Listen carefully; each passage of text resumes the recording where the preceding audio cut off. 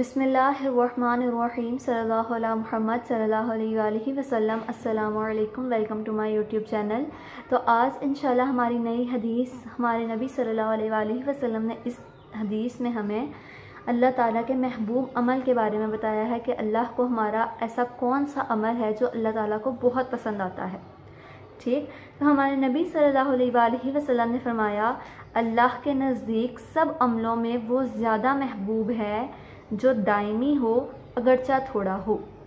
यानी अगर हम कोई काम करते हैं, किसी की मदद करते हैं, कोई नवाफिल अदा करते हैं, कुरान पाक पढ़ते हैं, हमें सिर्फ़ उसको आज ही के दिन या एक ही दिन पर नहीं रखना चाहिए। हमें उस दिन अमल थोड़ा कर लेना चाहिए, लेकिन हमें उसको रोज़ करना चाहिए।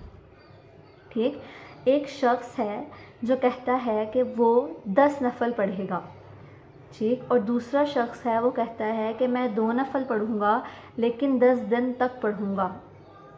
तो अल्लाह ताला को उस शख्स का अमल ज़्यादा पसंद होगा जो 2 नफल पढ़ेगा लेकिन 10 दिनों तक पढ़ेगा। अगर हम एक ही दिन में अपने 10 नफल अदा कर लेंगे तो अल्लाह हमें उस दिन बहुत सवाब अता फरमाएंगे, लेकिन अगर हम 2 नफल एक दिन पढ़ेंगे और 10 दिन तक पढ़ते रहेंगे तो हमें रोज़ उसका सवाब मिलेगा, और जिस इखलास नीयत के साथ हम पढ़ेंगे हमें उसका भी सवाब रोज़ मिलता रहेगा। तो हमारे नबी ने हमें इस बात की तरफ इशारा दिया है कि हम अपने नेक अमलों में इजाफ़ा कैसे कर सकते हैं, अल्लाह के नज़दीक कैसे हो सकते हैं, और अल्लाह का महबूब अमल कैसे इख्तियार कर सकते हैं। हमें इन बातों पर गौर करना चाहिए। अल्लाह हमारे नबी अगर हमें इन बातों की तालीम ना देते तो हमें कैसे पता लगता कि अल्लाह को क्या महबूब है और अल्लाह की नाराज़गी का सबब क्या है। अगर हम इन बातों पर गौर नहीं करेंगे तो हमें जन्नत तक जाने का रास्ता कैसे मिलेगा। ये भी अल्लाह का एहसान है कि अल्लाह ने हमें इन बातों की तालीम दी है।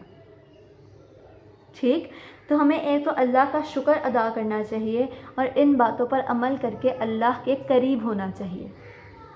हमें रोज़ कुरान पाक पढ़ना चाहिए, रोज़ नमाज़ पढ़नी चाहिए, लेकिन 2 नफल अल्लाह ताला के लिए पढ़ने चाहिए। अल्लाह ताला ने हमें इस बात की तालीम हमारे नबी के ज़रिए दे दी। हमारे नबी सल्लल्लाहु अलैहि वसल्लम ने फरमाया, अगर तुम चाहते हो कि तुम अल्लाह से बात करो तो तुम नमाज़ पढ़ो, और अगर तुम ये चाहते हो कि अल्लाह तुमसे बातें करे तो तुम कुरान पढ़ा करो। तो हमें इससे ज़्यादा और क्या चीज़ चाहिए कि अल्लाह जिसने पूरी कायनात बनाई है हम उससे बातें करें या वो हमसे बातें करे। तो हमें इससे बढ़कर और क्या चाहिए। तो हमें इन बातों पर अमल करने की पूरी कोशिश करनी चाहिए। ठीक, तो ये था हमारा आज का टॉपिक। मिलते हैं इंशाल्लाह नेक्स्ट वीडियो के साथ। अस्सलामु अलैकुम।